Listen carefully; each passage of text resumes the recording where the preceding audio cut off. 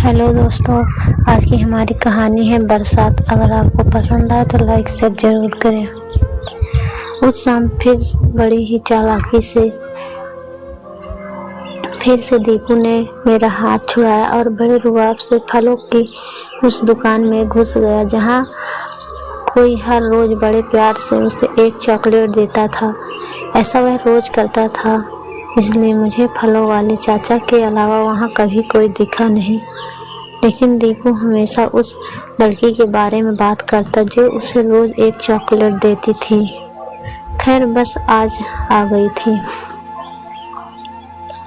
और काफी देर से बस स्टैंड पर इंतजार करते करते मेरे पैर भी थक गए थे। मैंने दीपू की आवाज लगाई। अंदर से दीपू दौड़ता हुआ आया और हर रोज की तरह मुझे अपने अंदाज में चॉकलेट दिखाते हुए बस में चढ़ गया। हर बार उसके इस तरह से चॉकलेट दिखाकर मुझे चिढ़ाने पर मैं मुस्कुरा जाता और अनायास ही पीछे मुड़कर फलों की उस दुकान में किसी को खोजने की कोशिश करता। लेकिन ना जाने क्यों हर रोज की तरह फलों वाले चाचा के अलावा मुझे कोई वहां नजर नहीं आता। लगभग 2 साल पहले का वो दिन जब दीपू, मैं और संगीता खुशी संगीता के घर से आ रहे थे कि अचानक एक तेज रफ्तार वाला ट्रक हमारे सामने आ गया। मुझे कुछ समझ आता तब तक हमारी कार पलट कर रोड की दूसरी साइड पर चली गई थी। 2 दिन बाद जब मुझे हॉस्पिटल में होश आया तो मुझे कुछ समझ नहीं आ रहा था कि क्या हुआ। मैंने माँ से संगीता और दीपू के बारे में पूछा। उन्होंने बताया कि दीपू पास वाले वार्ड में है और अब ठीक है। और संगीता के बारे में पूछने पर माँ फूट कर रोने लगी। बताओ ना माँ, संगीता कहाँ है? आंसुओं की बूंदों ने तब तक मेरी आंखों को भी घेर लिया था। माँ तब कुछ भी नहीं बोल पाई। मुझे संगीता के साथ बिताए हर पल याद आ रहे थे। अभी कल ही तो कह रही थी माँ ने एक नई सिल्क साड़ी दी है सालगिरह पर और मेरे लिए कुछ नहीं दिया। मैंने नाराजगी जताते हुए कहा था, आपके लिए मुझे दिया है ना मेरे बुद्धू। मेरे गालों को खींचते हुए उसने बड़े प्यार से कहा था, कितना बदनसीब हूँ मैं, आखिरी बार संगीता को देख भी नहीं पाया। यह सोचकर फूट कर रोने लगा। पापा चॉकलेट। दीपू की आवाज सुनकर मेरा ध्यान टूटा। आंटी ने कहा है पापा को भी खिला देना, दीपू ने कहा। मैं बस मुस्कुरा दिया। आज जब घर आया तो माँ फिर मुंह फुलाकर बैठी थी। अपने लिए न सही, कम से कम दीपू के लिए तो शादी कर लो, माँ ने कहा। दीपू को संभालने के लिए आप सब हो ना माँ, फिर दूसरी शादी की क्या जरूरत है, कहकर मैंने हमेशा की तरह बात को टाल दिया। दीपू के लिए माँ की जरूरत मुझे भी लगती है, पर मैं हमेशा यही सोचता कि क्या कोई और दीपू को उतना प्यार दे सकता है। खैर, माँ की बात सुनते सुनते हमने खाना खाया। अगले दिन दीपू को स्कूल छोड़कर जब मैं ऑफिस आया तो बारिश शुरू हो चुकी थी। आज दिन भर बारिश हुई और शाम तक लगभग पूरे बाजार में पानी भर गया था। ऑफिस बंद हो गया था, लेकिन बारिश बंद होने का इंतजार करते करते 1 घंटा होने को आया। पास की एक दुकान से मैंने रेन कोट खरीदा और दीपू को लेने स्कूल की तरफ निकला। लेकिन रास्ते में पड़ने वाले नाले की वजह से आगे जाने का रास्ता बिल्कुल बंद था। मैंने दीपू के स्कूल में फोन किया तो पता चला सारे बच्चे स्कूल से जा चुके हैं और दीपू भी उन्हीं के साथ स्कूल से जाना निकल गया। कहा गया होगा थोड़ी देर इंतजार नहीं कर सकता। मुझे दीपू की चिंता हो रही थी, लेकिन साथ ही उस पर गुस्सा भी आ रहा था। नाले में इतना पानी आ गया था कि निकलना मुश्किल था। तभी मेरे मोबाइल पर एक अनजान नंबर से कॉल आया। मैंने रिसीव किया तो सामने से किसी लड़की की आवाज आई, दीपू दुकान पर आ गया है, आप चिंता मत कीजिएगा। सामने से आवाज आई, कौन सी दुकान पर और आप कौन बोल रही हैं? मैंने पूछा। चॉकलेट वाली आंटी, उसने इतना कहकर फोन कट कर दिया। लेकिन मैंने ले जाने ही वाला था। आज थोड़ा लेट हो गया था। अकेले निकलने की क्या जरूरत थी? उससे कुछ हो जाता तो? एक के बाद एक मेरे मन में कई सवाल चल रहे थे। खैर मैं दूसरे रास्ते से होता हुआ बस स्टैंड पहुंचा। आज भी दुकान पर फलों वाले चाचा ही खड़े थे। दीपू यहाँ है क्या चाचा? आज मैं पहली बार चाचा से बोला था। उन्होंने अंदर देखते हुए आवाज लगाई, नीतू दीपू के पापा आए हैं, दीपू को भेज दो।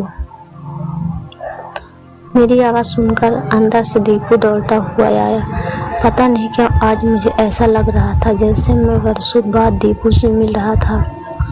अकेले आने की क्या जरूरत थी, मैं आ ही रहा था ना। मैंने दीपू को गोद में उठाते हुए बोला। तभी पीछे से आवाज आई, लीजिए आप भी सर पोंछ लीजिए, गीले बालों में सर्दी जल्दी बैठती है। मैंने पीछे देखा, घुंघराले बाल जैसे बारिशों के बादल जमीन पर उतर आए हो, आंखें जैसे कुछ कहना चाह रही हो, होंठ जैसे गुलाबी की पंखुड़ियां हो। पटियाला सूट में मैंने पहली बार दीपू की चॉकलेट वाली आंटी को देखा। हाथ में टॉवेल लिए उसने फिर कहा, सर पोंछ लीजिए, मैं चाय बना देती हूँ। संगीता भी तो मुझे यही कहती थी, हर बारिश में मुझे उसके साथ भीगना अच्छा लगता था, लेकिन वो सर्दी का बहाना करके पहले तो टाल देती, लेकिन बाद में मुझे भीगता देख खुद भी आ जाती और कहती, आप कहे तो आंगन में कूद जाएं, यह तो सिर्फ बारिश है। और मैं मुस्कुरा कर कहता, जहाँ भी जाएंगे साथ जाएंगे। लेकिन जिंदगी के बीच सफर में ही वो मुझे अकेला छोड़कर चली गई। अगर दीपू न होता तो मैं भी कब से उसके पास चला गया होता। सोचते सोचते मेरी आंखों में आंसू आ गए। लो हो गया ना जुकाम, देखो आंखों में पानी आ गया। मैं मुस्कुराया और मेरे साथ वो भी। संगीता के जाने के बाद आज मैं पहली बार इस तरह मुस्कुराया था। घर जाने के बाद मैं भी नीतू के बारे में ही सोच रहा था। तभी माँ कमरे में आई। दीपू किसी नीतू आंटी के बारे में बात कर रहा था। ये नीतू कौन है? माँ ने उत्सुकता से पूछा। कोई नहीं माँ, अब आप सपने बुनना शुरू मत करो, कहकर मैंने माँ की बात को टाल दिया। ठीक है कोई बात नहीं, पर मेरे बारे में नहीं तो कम से कम दीपू के बारे में सोच। इतना कहकर माँ चली गई। मैं रात भर दीपू और नीतू के बारे में सोचता रहा। मुझे कुछ भी समझ नहीं आ रहा था। मैं बस यही सोच रहा था कि क्या नीतू दीपू को एक माँ का प्यार दे पाएगी। अगले 2-3 दिनों तक नीतू मुझे हमेशा की तरह दिखाई नहीं दी, लेकिन एक दिन वो मुझे मेरे ही ऑफिस के पास एक कोचिंग के पास दिखी। मैंने जाकर नीतू से बात की तो पता चला कि वो उसी कोचिंग पर यूपीएससी की तैयारी कर रही है। धीरे धीरे हमारी मुलाकातें बढ़ने लगी। बहुत जल्द हमारी दोस्ती हो गई और पता नहीं चला दोस्ती कब प्यार में बदल गई। हम दोनों को एक दूसरे से बातें करना, एक दूसरे के साथ वक्त गुजारना अच्छा लगता था। हम घंटों एक दूसरे के साथ दीपू और उसके साथ अपने भविष्य के सपने बुनने और वक्त के साथ हमने भी एक दूसरे से शादी करने का फैसला ले लिया। नीतू अपने पिता की बहुत लाडली थी। वो नहीं चाहती थी कि उसके पिताजी को उसकी वजह से कोई भी ठेस पहुंचे। लिहाजा एक दिन नीतू ने मेरे बारे में अपने पिताजी से बात करने का फैसला किया। नीतू के पिताजी नहीं चाहते थे कि नीतू पहले से शादीशुदा किसी ऐसे इंसान से शादी करे जिसके साथ उसके 5 साल के बेटे की जिम्मेदारी हो। नीतू के पिताजी को यह रिश्ता मंजूर नहीं था। मैंने कल पापा से अपने बारे में बात की। आज मिलते ही नीतू ने कहा, फिर क्या कहा पापा ने? मैंने डर और उत्सुकता से पूछा। उन्होंने यह रिश्ता मंजूर नहीं है। वो नहीं चाहते कि मैं किसी ऐसे आदमी से शादी करूं जिसके साथ उसके 5 साल के बेटे की जिम्मेदारी हो। फिर तुमने क्या फैसला किया? मैंने उसका हाथ अपने हाथ में लेकर पूछा। जैसे कहना चाह रहा हूँ कि अब मुझे इस राह पर तुम भी मत छोड़ के चले जाना। एक बार मैं पापा के लिए तुम्हें भूल सकती हूँ, पर दीपू को नहीं। अब वो मुझ में अपनी माँ को ढूंढता है। मैं उसके इस विश्वास को तोड़ना नहीं चाहती। आज शम्मा की आंखों में आंसू थे, इसलिए नहीं कि उन्हें एक बहू मिल गई थी, बल्कि इसलिए कि दीपू का हाथ थामे उसे नीतू में संगीता नजर आ रही थी। 5 साल बाद हमारा शहर अब स्मार्ट सिटी में बदल गया था। बस स्टैंड को तोड़कर स्मार्ट बस स्टैंड बनाने की योजना चरम पर थी।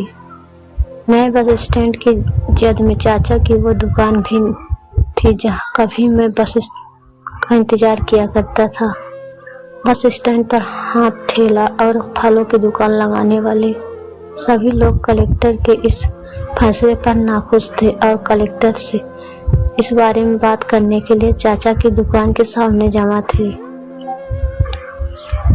कुछ नहीं होने वाला, चाचा खुद ही अकेले अपनी दुकान में बड़बड़ाए जा रहे थे। ये नेता और अमीर लोग गरीब का सब कुछ छीन लेते हैं, उनकी बेटियां भी कहकर चाचा की आंखें भर आई। तभी एक लाल बत्ती की सफेद गाड़ी में एक लड़की उतरी। किसी को कहीं जाने की जरूरत नहीं है, सरकारी सी जगह आपके लिए पक्की दुकान बनाने कर देगी। कलेक्टर साहिबा ने गाड़ी से उतरते ही कहा। जोरदार तालियों के साथ सभी ने कलेक्टर साहिबा का अभिवादन किया। तभी कलेक्टर साहिबा चाचा की दुकान की ओर बढ़ी और चाचा के पैर छुए कर बोली, पापा अब भी माफ नहीं करोगे? अगर आपको हमारी कहानी अच्छी लगी तो हमारे चैनल को सब्सक्राइब जरूर करें। धन्यवाद।